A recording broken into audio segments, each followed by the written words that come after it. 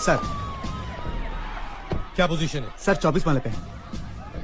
तुम लोग अंदर क्यों नहीं जा रहे? सर डर है कहीं वो उन तीनों को नुकसान ना पहुंचा दे। मिश्रा। जी सर। सर तुमने उससे बात करने की कोशिश की? मगर वो किसी से बात करने को तैयार ही नहीं है। यशवंत को मोबाइल पे फोन लगाओ। सर।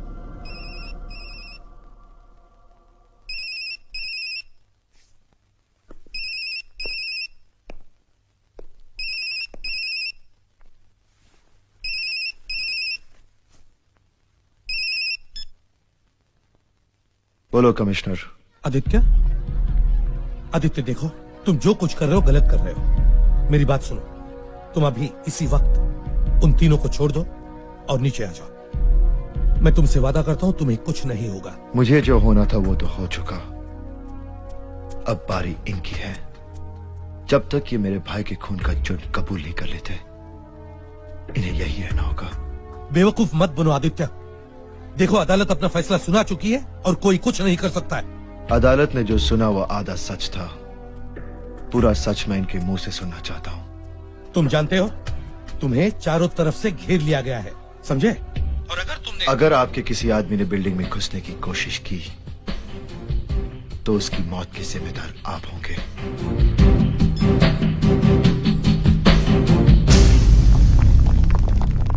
बेटी, आदित्य को मैंने ट्रेन किया है और मैं जानता हूं कि जब तक वो एसीपी और उसके साथी उसकी बात नहीं मान लेते, वो तीन तो क्या, पूरी पुलिस फोर्स भी उसका कुछ नहीं बिगाड़ सकती। लेकिन पापा, वो लोग उसके सामने झुकेंगे क्यों? फौजी अपनी जिद पर आ जाए तो दुश्मन देश का झंडा झुका सकता है।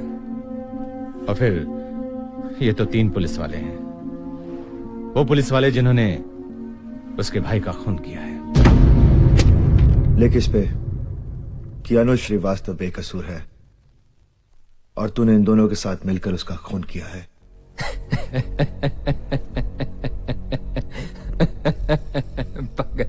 पागल हो गया तू।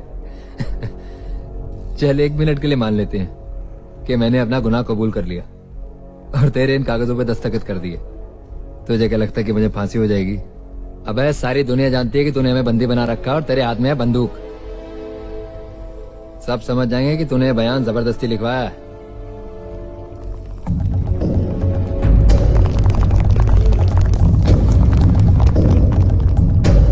मुझ पे ऑर्डर चलाना बंद कर और अपनी फिक्र कर। देख, आ गए हैं तेरे बाप लोग।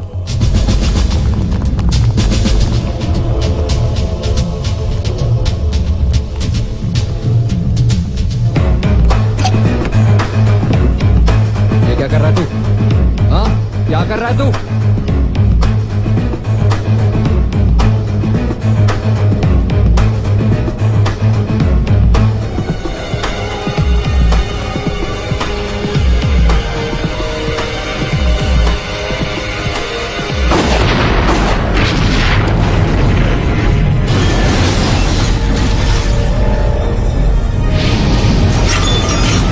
बात करना चाहता है।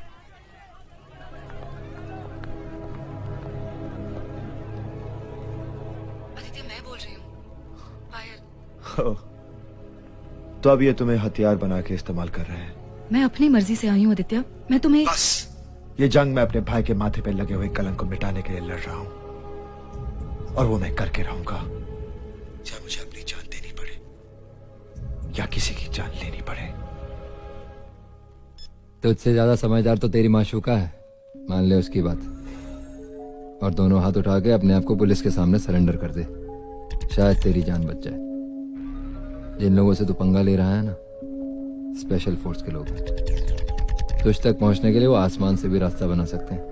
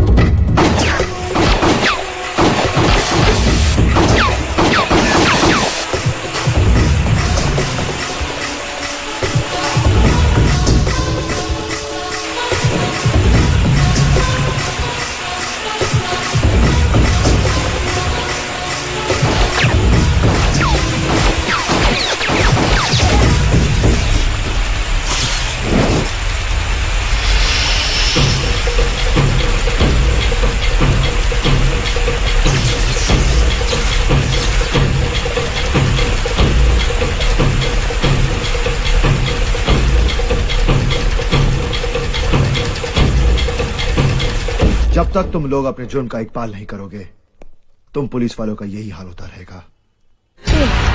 बता, सच क्या है? हे क्या कर रहे तू? हाँ? हमको मारेगा तू भी नहीं बच पाएगा। मुझे अपनी जिंदगी की परवाह नहीं, पर तू आखिरी बार सोच ले, अपना जुर्म कबूल करेगा या नहीं। छोड़ दिया। और फिर एसीपी साहब ने उस लड़की से कहा कि वो उसे साथ बिठाकर गाड़ी में ले जाए। हम लोग तो पीछे पीछे थे दूसरी जीप में, और फिर इनके कहने पर हमने झूठा एनकाउंटर करके उस पर गोलियां चलाई। इन्होंने गोलियां चलाई सर, इन्होंने। वो तो बेकसूर था वो। हाँ, अब मैं जाऊं? आदित्य, मैं तुमसे मिलना चाहती हूँ। इस वक्त मैं किसी से नहीं मिलना चाहता। आदित्य प्लीज, मैं सिर्फ तुमसे बात करना चाहती हूँ, तुम्हारे पास आना चाहती हूँ। प्लीज, सिर्फ एक बार। ठीक है, मैं लिफ्ट नीचे भेजता हूँ।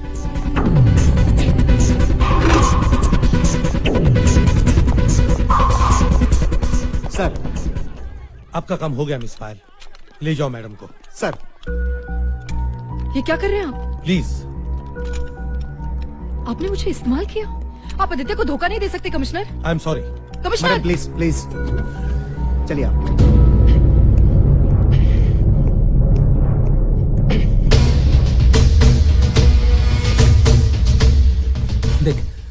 देख मुझे मत मार, मैं सब कुछ सच बता दूंगा, मुझे मत मार।